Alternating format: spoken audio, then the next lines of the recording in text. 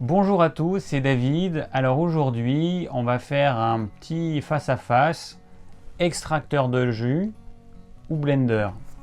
En fait, il y a des personnes qui m'ont posé cette question. Est-ce que c'est pareil de faire un jus avec un extracteur et de prendre les mêmes légumes et de les mettre dans un blender? Alors non, c'est pas du tout pareil. Il y a plusieurs différences. Alors quand vous allez mettre vos légumes dans un extracteur de jus, eh bien, l'extracteur va séparer le jus des fibres. Donc vous allez avoir quelque chose qui sera directement assimilable et vous n'aurez pas les fibres qui en excès posent problème. Donc je le rappelle, les fibres en elles-mêmes, elles sont bénéfiques, mais à une certaine quantité. Si vous en mangez trop, ça va vous poser des problèmes, au même titre que si vous n'en mangez pas du tout. Donc la question n'est pas de conserver absolument les fibres. Les fibres en elles-mêmes, c'est un nutriment comme un autre. Il faut en manger la quantité qu'il faut, mais pas trop.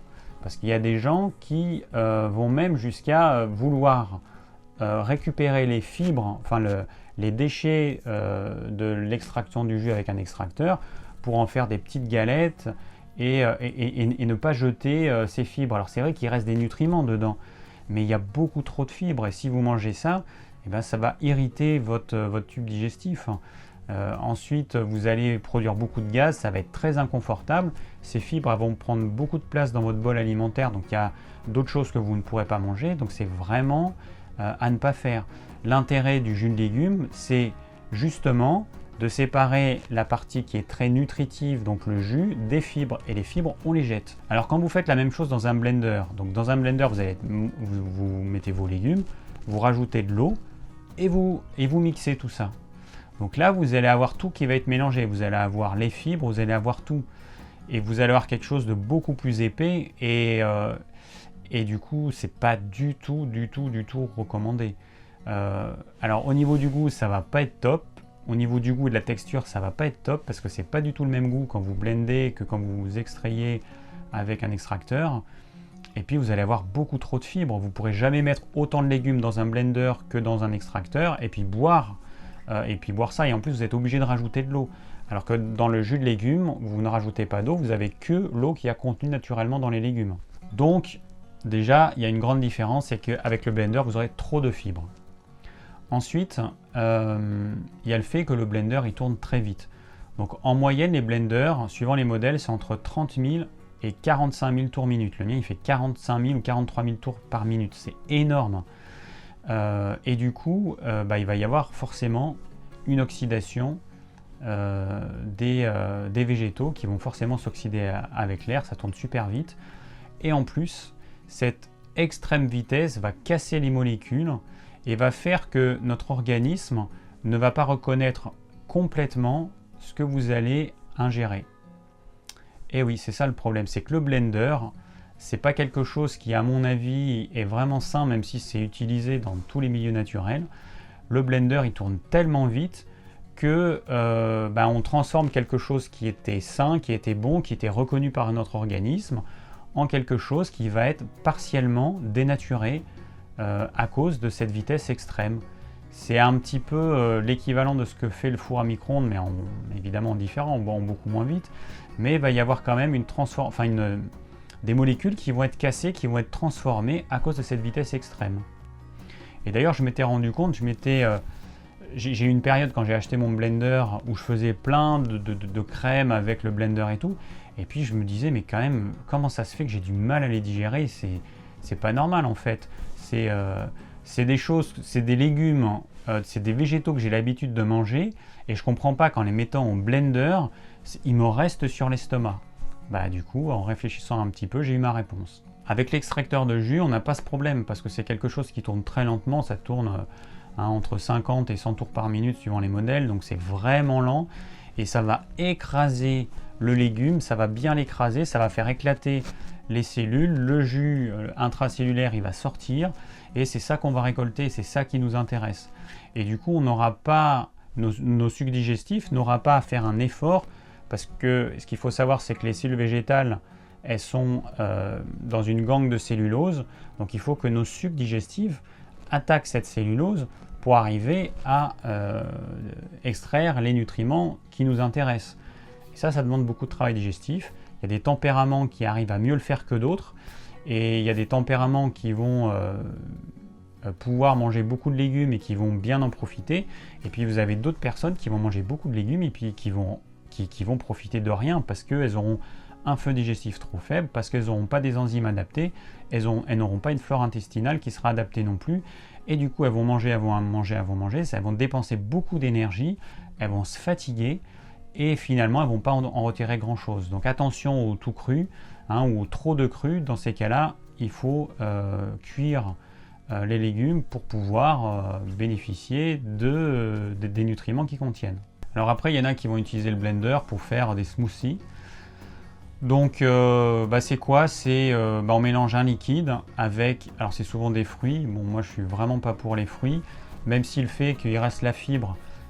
Du coup, le passage dans le sang devrait être ralenti par rapport à un jus de fruits, mais il n'empêche que ça tourne beaucoup trop vite et que le sucre il va quand même passer relativement rapidement dans le sang. Alors moi je ne sais pas s'il y a des études qui ont été faites, peut-être que c'est un smoothie, ça passe aussi vite qu'un jus de fruits ou un petit peu plus lentement.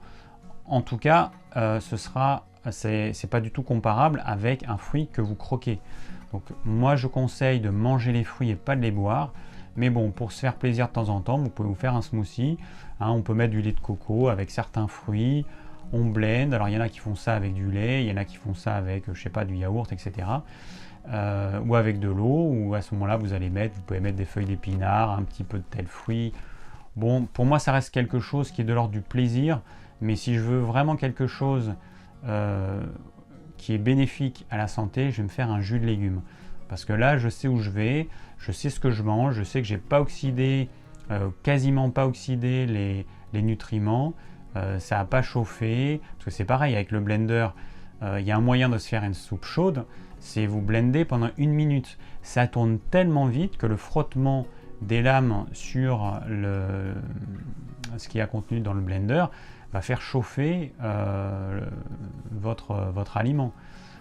Enfin, franchement, dites-vous que si ça fait chauffer l'aliment, c'est que quand même ça tourne peut-être un petit peu trop vite et que ça va pas que faire chauffer en fait, c'est que ça va dénaturer complètement les nutriments, parce que c'est pareil, les vitamines qui y a contenues à l'intérieur, ce sont des molécules.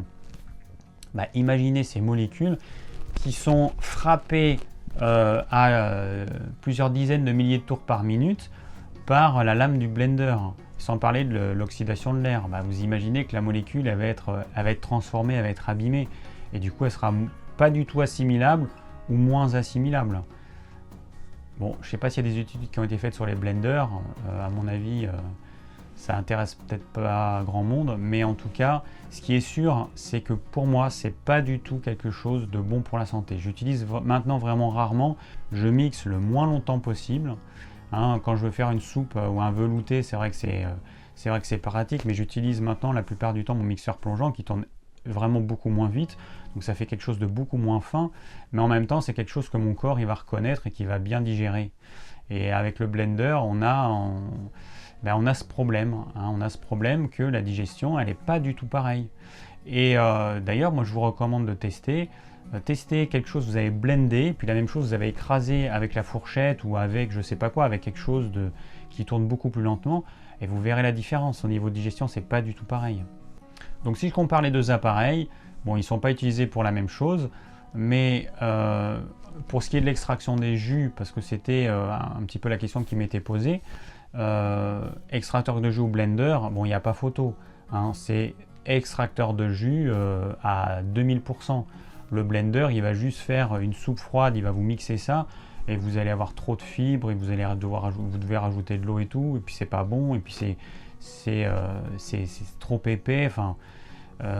Testez une fois, vous verrez, je pense que vous ne le ferez pas 2 fois.